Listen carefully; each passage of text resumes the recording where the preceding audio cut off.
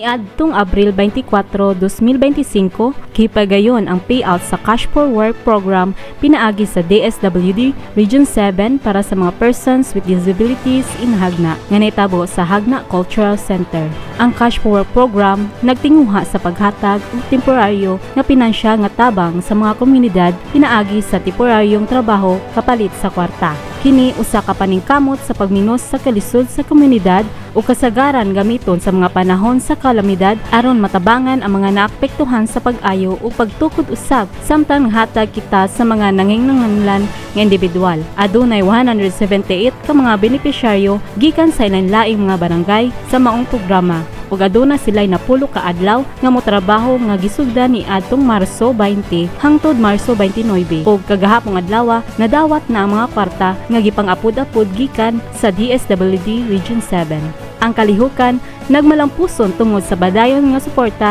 gikan sa lokal na pagamhanan sa Hagna. Ubos sa pagdumala ni Mayor Joseph Eraniola ug Vice Mayor Chofesto Pagar Jr. alang sa makatawhan sa Hagna ilabi na sa mga PWDs. Kini si Sheila Migalinato para sa LGU Hagna News.